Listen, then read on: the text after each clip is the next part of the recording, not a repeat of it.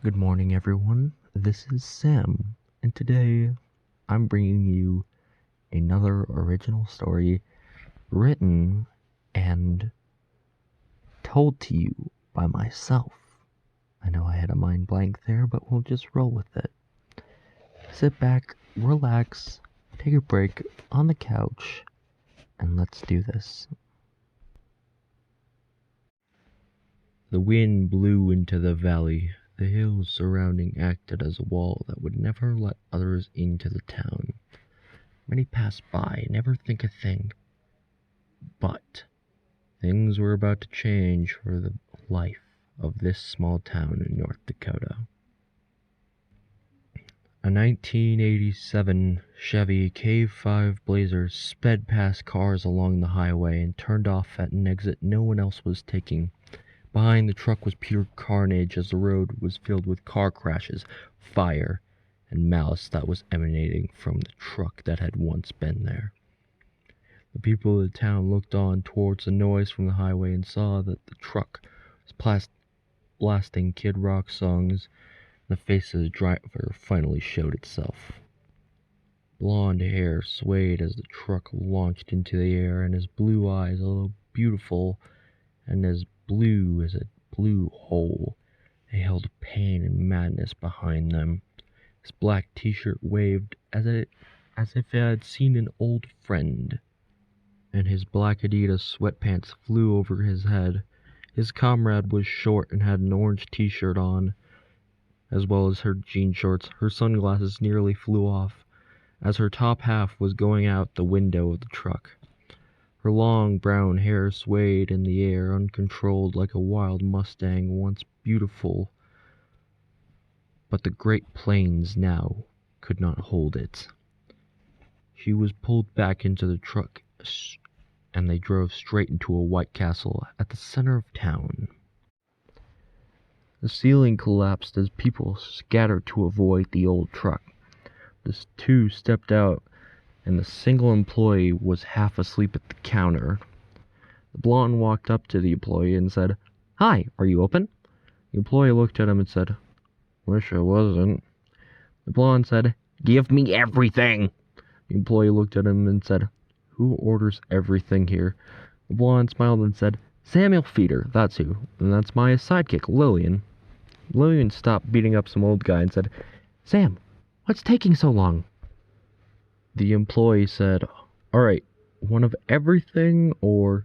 He was cut off by a man in a suit who had singed hair and fury in his eyes.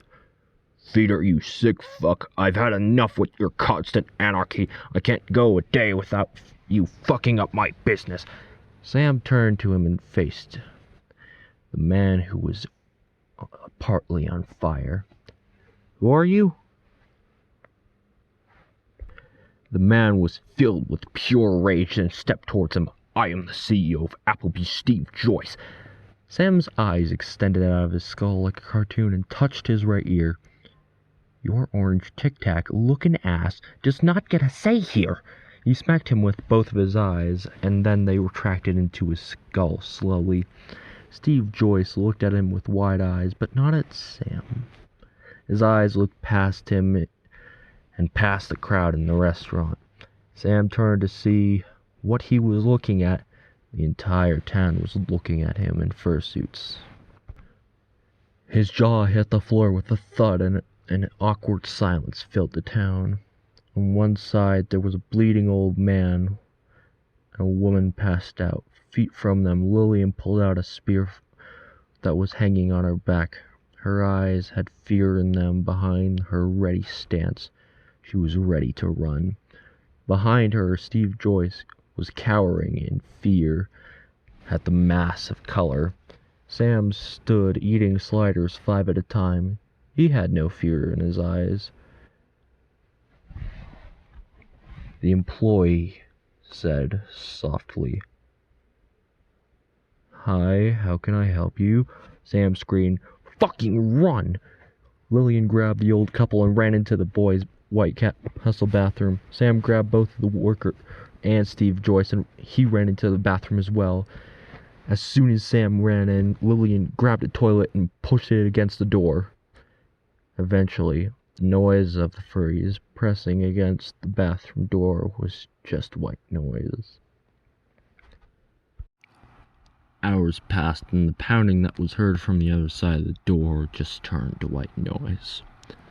Sam was trying to shove the lower half of LeBron James in the sink when Steve said, "We're gonna die here." Sam paused and looked at him. "Well, sitting around and being worthless like a bystander to my messed up sense of humor isn't gonna help. Now get up here and help me whiten this thing out." Lillian finished up smoking something odd smelling and walked over to help.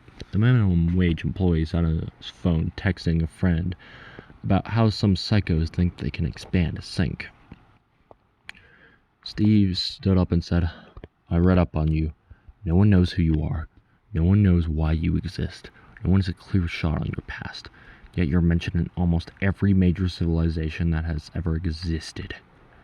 They even call you Samiel in Hebrew. Yet it took me years to find out one certain thing. You break physics. And you're dang good at it."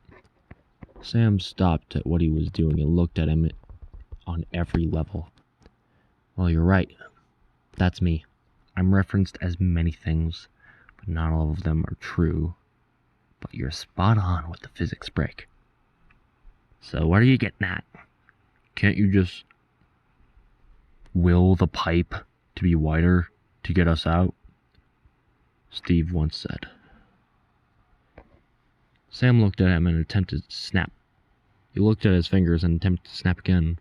Over and over he tried to snap until a faint snap was heard, and the pipes expanded. "Well, it would have been more fun if we used LeBron James' legs, but I guess we can."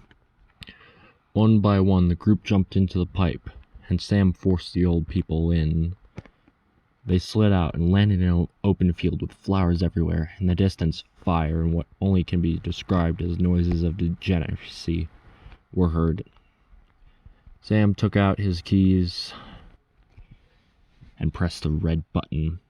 The blazer from before had crashed straight into him, flying at 100 miles per hour, hitting him right in the skull, annihilating it. The body disappeared and a gold pocket watch dropped out of the driver's side window. Steve knelt down to pick up the locket and realized the design was never made on Earth. No man could have made the design because no man had ever imagined it. He picked it up and pressed a small gold button on the right to open it. As the locket opened, Steve saw inside and said, "What the?" Before getting interrupted, a giant spike of plasma was through Steve's stomach. He began to melt painfully and slow, like no man before. From the goo that was Steve's hand, Sam took the locket with a serious look on his face. He said, "Let's go, Lillian." Lillian hopped in and said, "I understand why you did that. I should have killed him in the bathroom." Sam said, "It's fine, but today's joke is a failure." "We can try next Tuesday," Lillian said, handing a blunt to Sam. "Deal. But we're killing someone not on false charges like you did with Ted Cruz." Sam said, "I know he wasn't the Zodiac killer. Ted Cruz wouldn't have been satisfied with the bodies the killer claimed. And we killed a Japanese mob boss next." Lillian said, "Sounds fun." The two drove off through a puddle that was now Steve Joyce and set off towards the Mojave Desert once again.